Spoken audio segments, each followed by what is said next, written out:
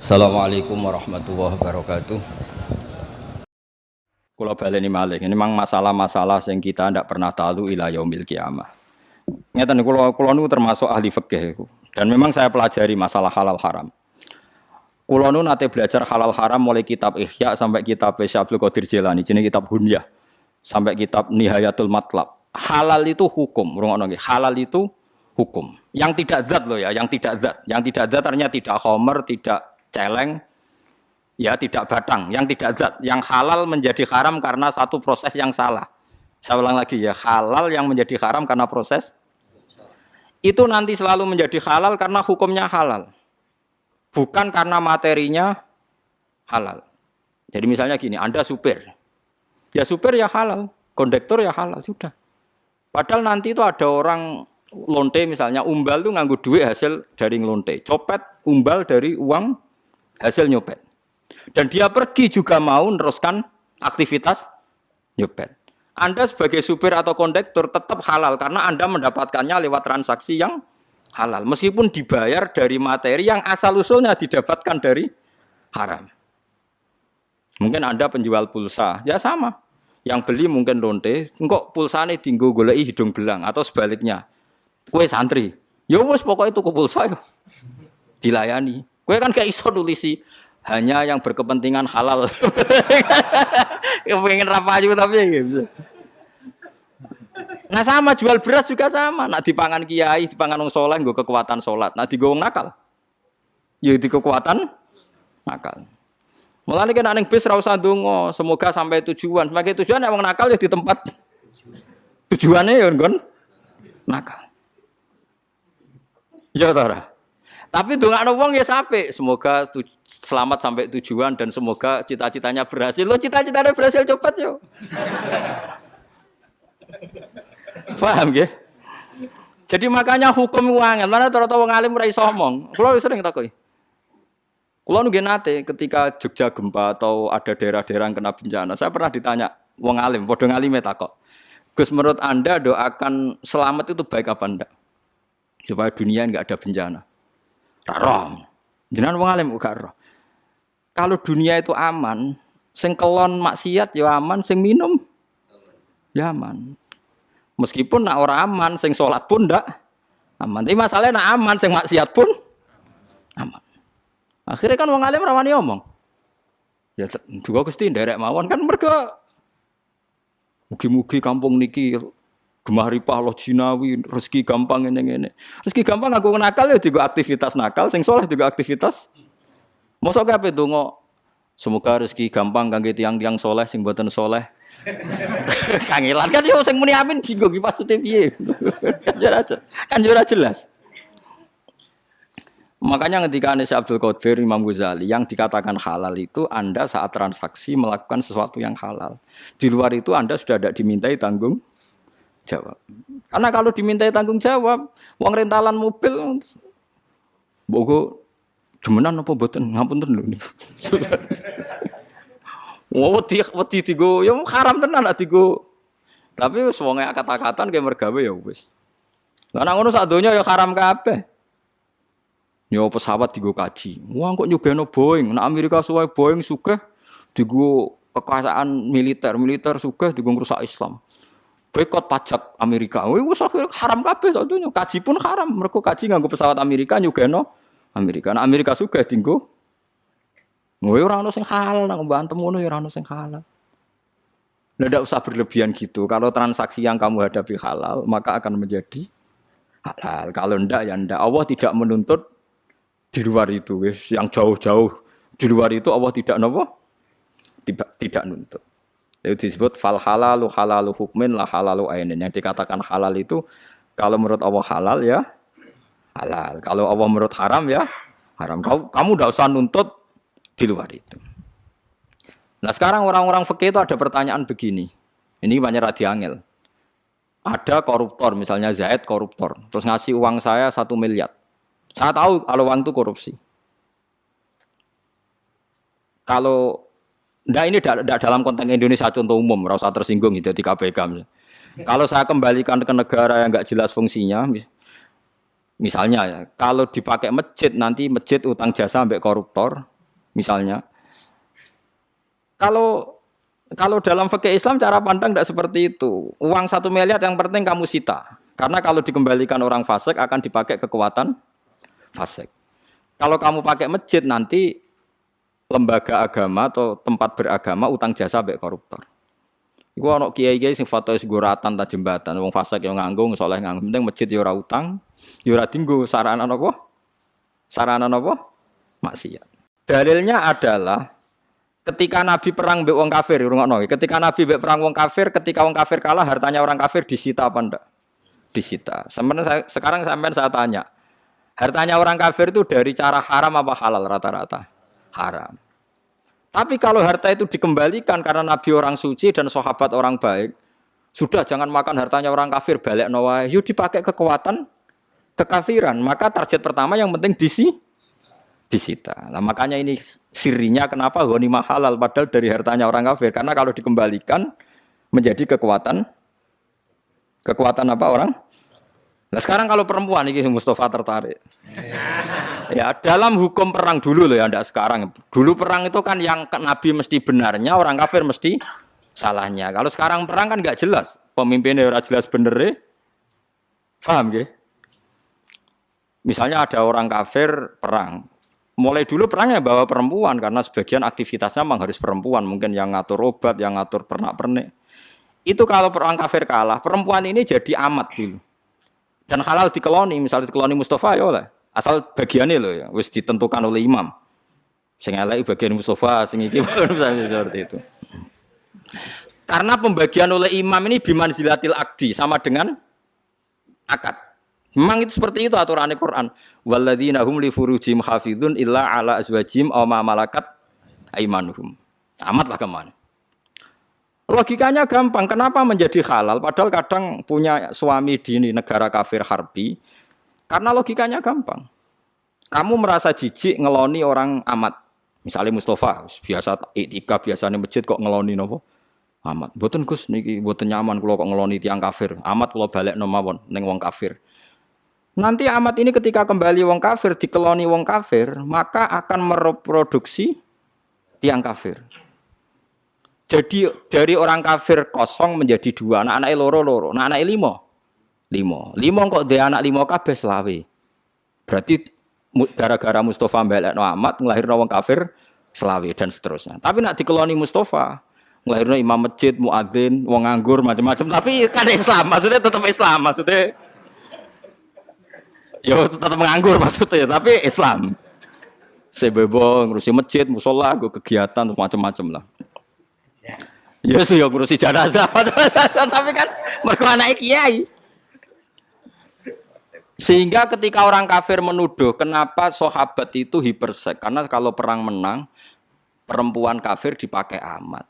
Kamu sebagai ulama, kamu harus tahu hujahnya karena kalau yaitu tadi, kalau diproduksi orang kafir ya akan produksi orang kafir, kalau dikeloni wong Islam yang produksi itu sirinya kenapa amat halal. Tapi halal ini pilihan, kamu boleh saja enggak ngeloni, tapi jangan kebalikan. Sama pedang atau senjata yang dimiliki bajingan, kamu boleh saja enggak pakai, tapi jangan kembalikan. Karena kalau kamu kembalikan dipakai kekuatan kefasikan bajingan. Wahakata dan seterusnya. Makanya dibutuhkan ulama untuk menjelaskan hikmah-hikmah hukum nopo Islam. Meskipun misalnya kayak sekarang kamu tidak wayo, ya kamu harus tahu seperti itu. Misalnya taruh saja gini, ada satu kampung yang non-muslim 500, yang muslim 500. Ini hukum demokratis saja. Ini rungokno tenan, ben para pangeran. Ada satu kampung, misalnya Bedugan sini ya, yang 500 non-muslim, yang 500 muslim. Enggak, hukum demokrasi, enggak usah pakai hukum perang.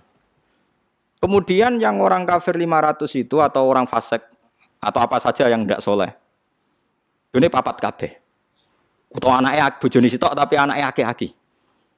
Taruh saja misalnya bojone sitok tapi anaknya 10. Berarti 500 kali 10 kira Mas? Gak iso mesti matematika dene. Pira Kang 500 kali 10? 5.000. 5.000. Sing wong soleh duwe bojo mok sitok anake mok loro. Pira? 1.000. Ini andekan nanti pilkades pakai demokratis yang menang kafir. Gara-gara mayoritas ning perapatan yo kafir, ning dalan-dalan yo kafir karena apa? Mayoritas. Di sini dalam konteks seperti ini orang Islam wajib dianak akeh, kabeh haram. Haram tenan dalam konteks yang gambarannya seperti ini. Makanya Nabi ngendikan angkihul waludal wadud fa inni mubahin bikumul umam. Cung kena nikah golek cawe wedok sing anake wakih. Karena dalam konteks ini kompetisinya mau ndak mau akeh-akehan anak. Janding anak walian. Sing wong Islam anake 10, sing wong kafir anake 2. Ning perapatan ya wong Islam, ning ratan wong Islam, sing nganggur ya Islam. Sing warung ngidul ya. Sehingga kok ning warung dibagi wong Islam. Harus saja sing wong kafir ning warung iku 2, sing wong Islam 10. Akhirnya maca selawat ya tenang, ben ndi ben masjid, ben ndi ben ngaji, tenang ae. Tapi nak walian, sing kafir 20, sing Islam 2, apa ning ndi? Kadose badhe mriko. Kan bingung. Nah, di sini kenapa Nabi itu kadang unik mengatakan, "Cung kowe anak sing." Lah saiki wong ora ndelok asal usul hukum negara wis Islam kabeh anake tetep akeh lah. Akhirnya pengangguran akeh kan. Lah iku jenenge wong sing ra roh usul fikih. Wis ngajine wis ora nganggo usul. Jadi nek nganggo usul fikih konteksnya seperti itu, cara pandangnya seperti itu. Mulane adinu aklun waladina liman la aklala. Sugih nggih ngoten padha. Kowe kudu wajib sugih, bandingannya seperti itu. Ada non muslim 500, wong Islam 500. Sing iki sugih, non muslim sugih. Wong Islam buruh, akhirnya jam salatnya enggak boleh nih. Tapi nek walian sing sugih Islam wajib salat. Sing ra salat ra untuk pekerjaan kan bingung kabeh. Jadi makanya di sini ini kadang-kadang Islam itu memperlihatkan sebagian hukum Islam itu dinalar, iku mau. Kenapa harta rampasannya orang kafir menjadi halal? Bukan karena ainnya menjadi halal, tetap sangka donyane wong kafir haram. Masalahnya kalau dipakai mereka lebih buruk, maka Allah menghalalkan untuk dipakai orang Islam dalam konteks perang, maksudnya rampasan perang. Ojo terus kowe nyolong saiki mboten angsal tetep nyolong. Itu tidak fair karena mendapatkannya. Lah saiki nggih sami. Donyane Fir'aun sing dipangan Nabi Musa. Nah sing dipangan Nabi Musa ya halal karena nanti fungsinya menjadi ibadah. Sing dipangan Fir'aun ya haram mergo fungsine dadi kurang ajar. Wah kada. Paham gitu terus sampean ra usah janggal kenapa ada apa tadi? Napa jenenge harta rampasan terus wonten amat. Nggih bojo akeh nggih ngoten sami mawon logikane. Kalau ada 4 perempuan dibina orang soleh, berarti Anda membina orang lebih banyak. Bina 1 saja baik, apalagi bina 4. Asal mampu loh. Karena tadi kalau bandingannya 4 perempuan dipimpin orang tidak soleh, berarti ada masalisasi orang tidak soleh. Nah dibina orang soleh, berarti ada masalisasi orang soleh. Ya, tapi syaratnya ojo tambah sitok ujul sito lah, nah itu ora sito papat Kang. Tapi secara akal kita tetap tahu kenapa pernah boleh poligami dan sampai sekarang boleh. Soal rawani nglakoni ora usah ora masalah, itu urusan masing-masing. Tapi tahu logikanya, nggih tahu. Lah hikmah tahu logikanya gak janggal mbek Kanjeng Nabi Muhammad sallallahu alaihi wasallam. Kita sebagai ulama hanya punya kepentingan satu, orang itu tidak janggal dengan nabinya. Kalau bolak-balik matur teng ngaji teng mriki, saya masih ingat betul. Dulu ketika Agim poligami dan akhirnya jatuh, itu sebetulnya enggak masalah. Karena hanya seorang Agim, itu urusan beliau lah. Enggak masalah urusan masing-masing. Yang menjadi masalah kemudian ada satu media nasional yang terus menyorot tentang jeleknya dan enggak menyebut Agim lagi. Poligami itu buruk, bukti hiperseks, menterlantarkan istri pertama, digugat. Semua penulis begitu. Nah itu terselip supaya orang janggal dengan poligami. Nah wis janggal be poligami, ben janggal be Nabi Muhammad sallallahu alaihi wasallam. Ini yang kita anti. Sebenarnya kalau orang janggal sama Agim pribadi, janggal sama saya, janggal sama Mustafa itu enggak apa-apa. Tapi kalau orang Islam dilatih janggal sama poligami, kemudian janggal sama nabinya. Nah ulama itu punya tugas supaya memaklumatkan itu. Bahwa itu rasional. Karena kalau jumlah orang Islam banyak lebih baik, orang soleh banyak lebih baik. Soal kita tidak berani urusan nggak usah poligami seperti bojo apa meneh. Wah, tetap wedi nek iku permanen kan iku. Poligami tetap wedi. Tapi itu seonako itu sesuatu yang berbeda. Lah nek wedi gampang terus nyolong-nyolong nak payu kan ada masalah. Asal payu ae, tapi masalah di belakang. Nah, tapi kalau delian biasanya nggak melahirkan generasi yang baik. Terus rodo idiot anaknya macam-macam, mergo kurang warisan, kurang macam-macam. Terus melahirkan generasi pembohong, mergo biasa bodoni. Nak wani ya diresepseni. Wow, urun pokoknya. Agar sing wani poligami, tenanan, resepsi tak bayari. Tapi resepsi itu. Oh, coba wani bayar tok ora wani napa? Tak undang kabeh sing ngaji Jalalain. Resepsi, tapi syaratnya napa? Wah, ya kodang tenan. Tak ben perang Brontoyuda. Lho kula nu sering diskusi ngoten, karena tadi itu aja sampai wong Islam janggal ambek nabinya. Mergo ciri khas nabi itu rasional paling tinggi. Itu tadi, kenapa nabi punya istri banyak? Kenapa nabi menyarankan punya anak banyak? Itu ulama tahu logikanya tadi. Kalau Anda kompetisi di satu kampung, Anda kalah populasi, pasti kalah tradisi. Suatu saat mereka akan dominasi. Tapi kalau kita yang menang, kita yang menciptakan tradisi. Karena kita orang baik, tradisi kita adalah sholat, baca tasbih, ngaji. Nah setelah kita mayoritas ya tidak mendesak poligami. Karena tradisi ini sudah benar. Bahkan kalau kita istri banyak, anak banyak malah melahirkan masalah. Bapak es nganggur kok anaknya akeh. Kenapa pengangguran kan? Wong kiai ra kramat bojone akeh. Wes ngerti-ngerti ilang sitok butune buling-buling kuru-kuru cilik-cilik wes. Aneh-aneh wae. Tapi apapun itu kita tahu logika sing dibangun para napa? Para napa? Nabi. Subhanallahi wa bihamdihi adada khalqihi wa ridha nafsihi wa zinata arsyihi wa midada kalimatihi. Subhanallahi wa bihamdihi adada khalqihi wa ridha nafsihi wa zinata arsyihi wa midada kalimatihi. Subhanallahi wa bihamdihi adada khalqihi wa ridha nafsihi wa zinata arsyihi wa midada kalimatihi. Subhanallahi wa bihamdihi adada khalqihi wa ridha nafsihi wa zinata arsyihi wa midada kalimatihi. Subhanallahi wa bihamdihi adada khalqihi wa ridha nafsihi wa zinata arsyihi wa midada kalimatihi.